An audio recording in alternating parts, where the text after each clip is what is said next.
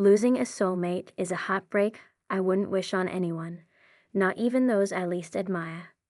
My name is Amy, and the sadness of losing my husband came just 3 years after our wedding vows. Our life together was blissful. I had left my job because I had a high-risk pregnancy and was eager to welcome our baby girl. However, destiny had cruel plans. My husband was diagnosed with terminal cancer, and he bravely fought for 4 months before passing away. During his illness, we moved in with my in-laws, Carol and William. They supported us as best as they could. I was grateful they provided us shelter when we couldn't afford our own place anymore. After my husband died, I hoped for continued emotional support from them, but I was sadly mistaken. The warmth they once showed turned cold right after the funeral. Carol and William started treating me and my unborn child as burdens.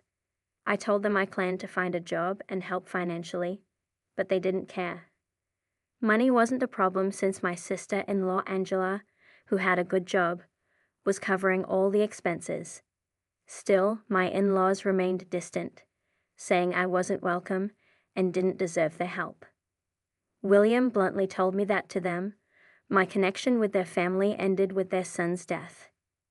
Desperate, I begged them to let me stay a few more days, especially because of my risky pregnancy.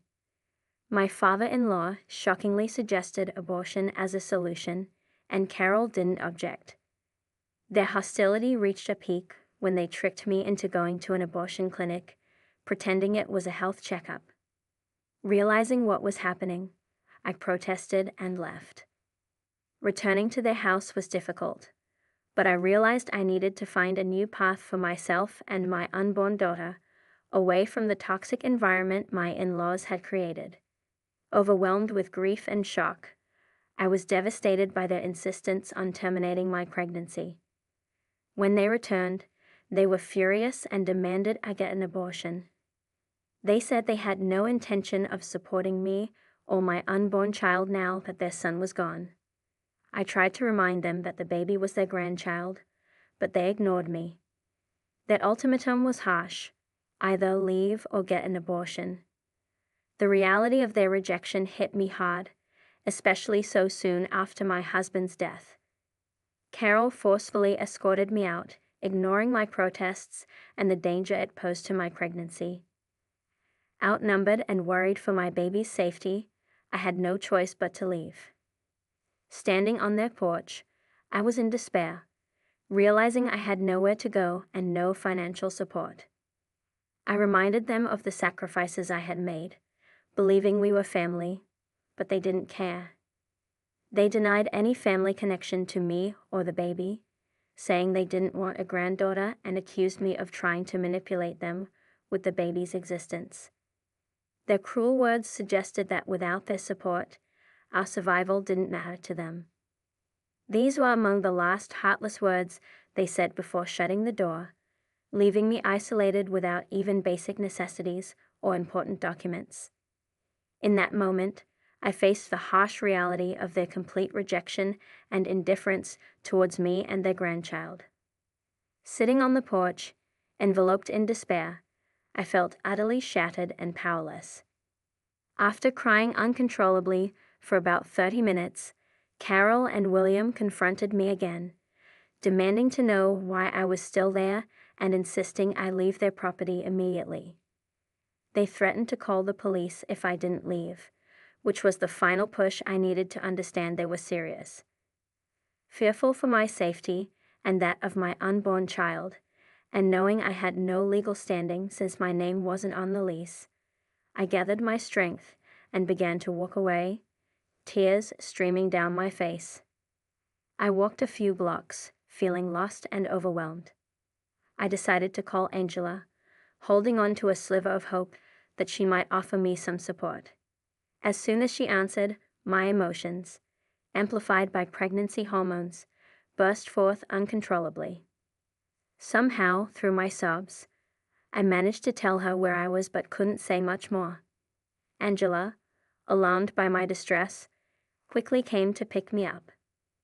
Angela's home became a safe haven for me. She gently comforted me, reminding me to try and control my tears for the baby's sake. She didn't ask for details, but focused on helping me feel better, even preparing food and a smoothie to calm me down. Once I was somewhat calmer, Angela, with a serious tone, urged me to tell her what had happened. Her assurance of support, no matter what, was comforting to me. I hesitated, knowing that her parents were involved in my problems might change things between us. Angela, something significant happened. It's about your parents, I managed to say, bracing for her reaction. Angela's response was a moment of silence, a pause that felt like an eternity as she processed what I said. Her promise to support me, especially knowing I carried her niece, was strong. But the news that her parents were at the heart of my despair tested that promise. As I hesitantly revealed her parents' involvement in my troubles, I feared Angela might be upset with me for accusing them. But her reaction, after a brief pause, was one of concern and openness. She assured me in a gentle tone that my fears of offending her were unfounded and encouraged me to share my ordeal. When I confessed that her parents had not only kicked me out, but also tried to force me into having an abortion, her shock was clear. The revelation seemed almost unbelievable to her, a stark contrast to the image she had of her family. Angela's confusion deepened as I detailed how her parents had even taken me to a clinic to try and make me have an abortion. This plan was stopped only by the understanding staff at the clinic. I could see the turmoil of shock and disbelief in her eyes as she processed my words, struggling to reconcile them with the parents she knew. Her disbelief turned to horror as I explained their motive: fear of financial and caregiving responsibilities for me and my child. Despite my assurances of independence and my plans to find work, they remained unmoved. Angela's astonishment grew as I disclosed the financial deceit over my husband's supposed medical bills, a lie that stripped me of the last of my resources. Angela was adamant that no such debts existed. She had personally taken care of her brother's expenses to ensure her parents weren't financially burdened. Realizing that her parents had tricked me into giving up the little money left by my late husband hit me hard, bringing back my tears. It was a cruel lesson in their greed and callousness, exploiting my vulnerability for their gain.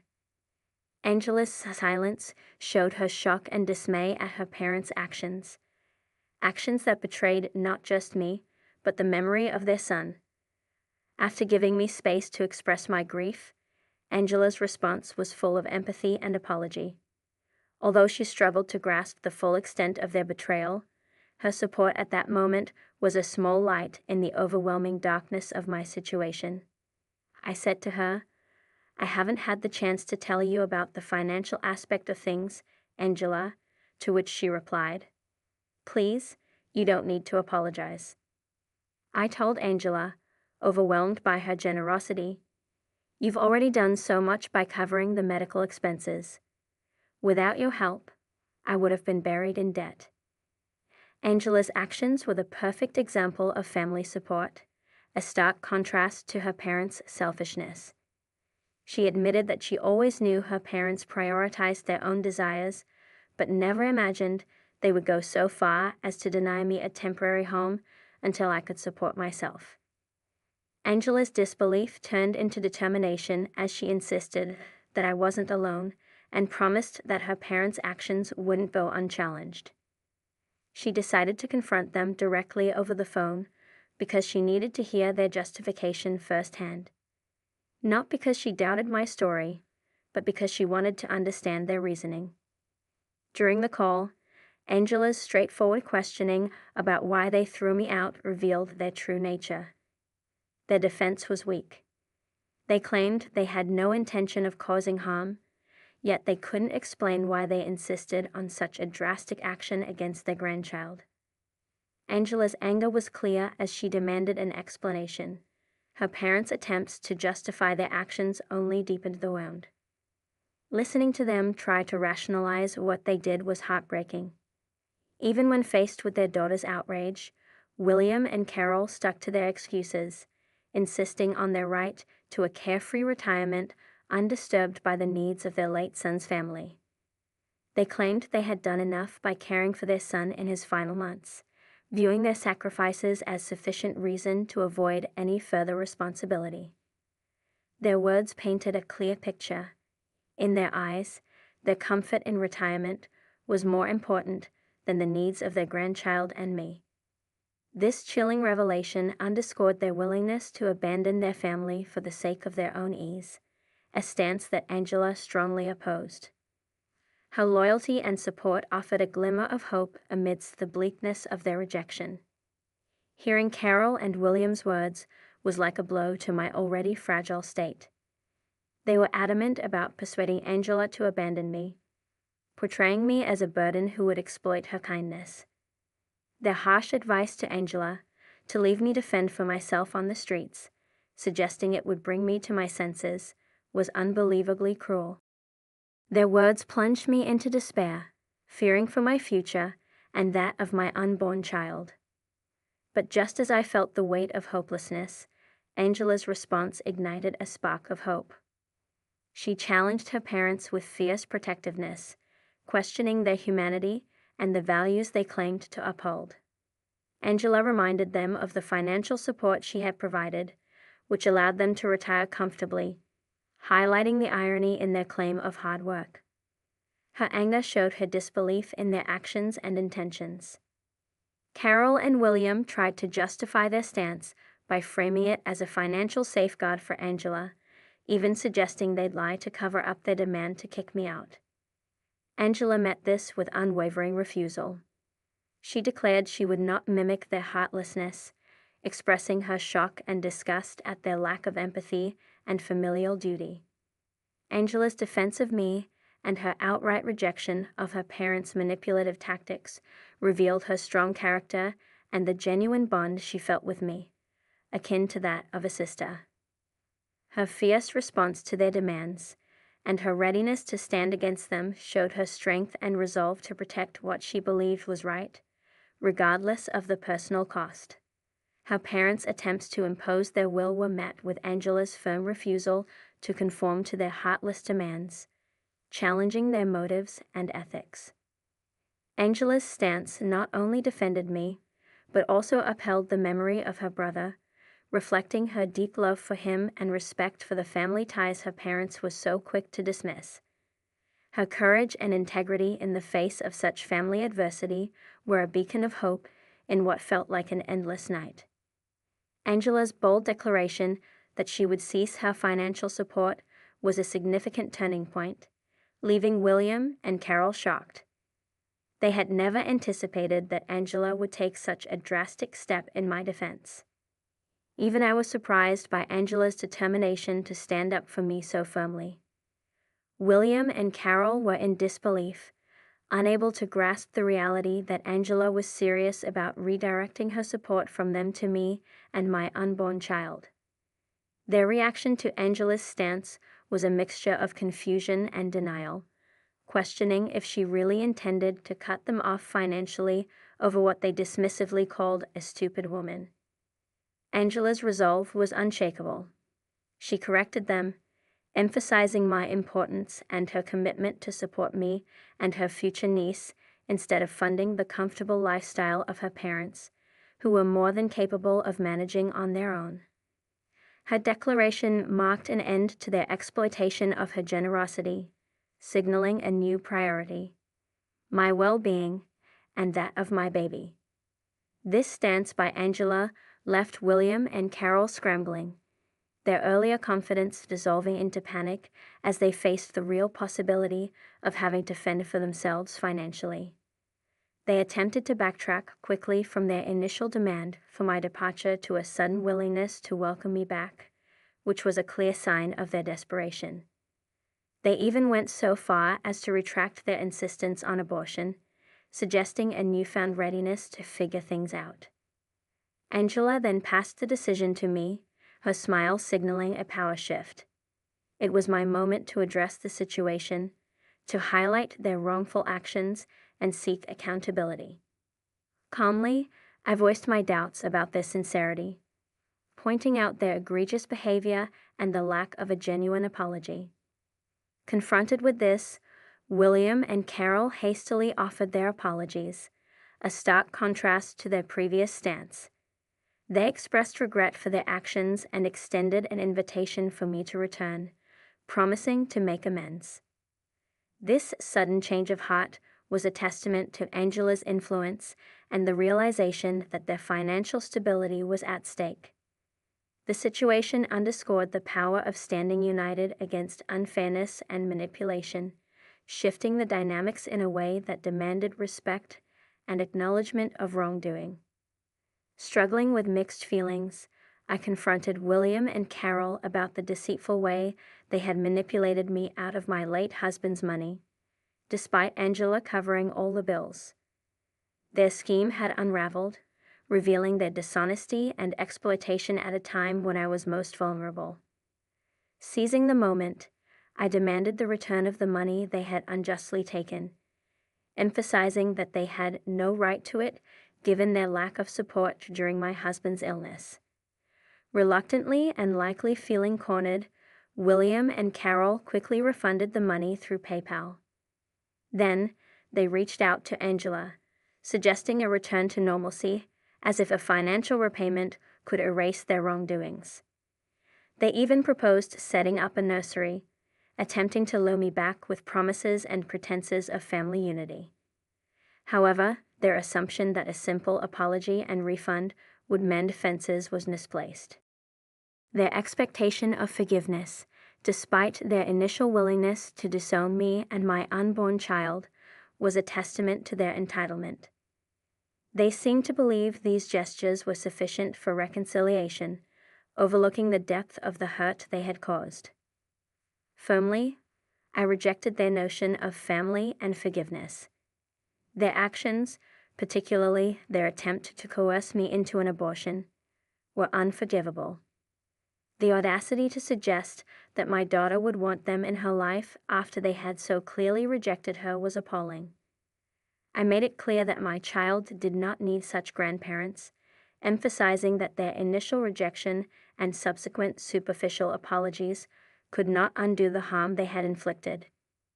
Angela stood by me, reiterating my lack of forgiveness and reaffirming her decision to withdraw her financial support from them. This decision was not taken lightly, but was a direct consequence of their actions and their failure to truly acknowledge the gravity of their wrongdoing. William and Carol's reaction to this finality was one of desperation. Their pleas for us to reconsider, driven by the sudden reality of facing financial responsibilities without Angela's support, were pitiful. Their earlier confidence evaporated, leaving them to reckon with the consequences of their actions, a fitting end to their manipulative attempts to control and discard us according to their whims. Watching William and Carol face the consequences of their actions was both tough and satisfying. They tried to make us feel guilty, but it didn't work. Angela decided enough was enough. She was going to collect my things and then cut ties with them. She even said she'd bring the police to make sure they couldn't keep any of my stuff. True to her word, Angela arrived with a police officer who turned out to be her boyfriend, a surprise to us all. Despite their pleas, I had moved on and blocked them. Angela didn't stop there. She told her whole extended family about what had happened. They were appalled by William and Carol's behavior and rallied around me instead. In the time leading up to my daughter's birth, I was wrapped in a cocoon of love and support. I landed a job through a friend, set to start once daycare was sorted for my little one. For now, I'm staying with Angela, who's been encouraging me to save up for a house to secure our future. Her boyfriend has been an incredible support system. I managed to get a restraining order against William and Carol, thanks to statements from the abortion clinic, ensuring they stayed away from my child and me. My baby girl is healthy and blessed with her father's dark eyes. Seeing them for the first time brought tears to my eyes, and Angela has been my rock through this, choosing to sever ties with her parents permanently. Life took a turn for William and Carol.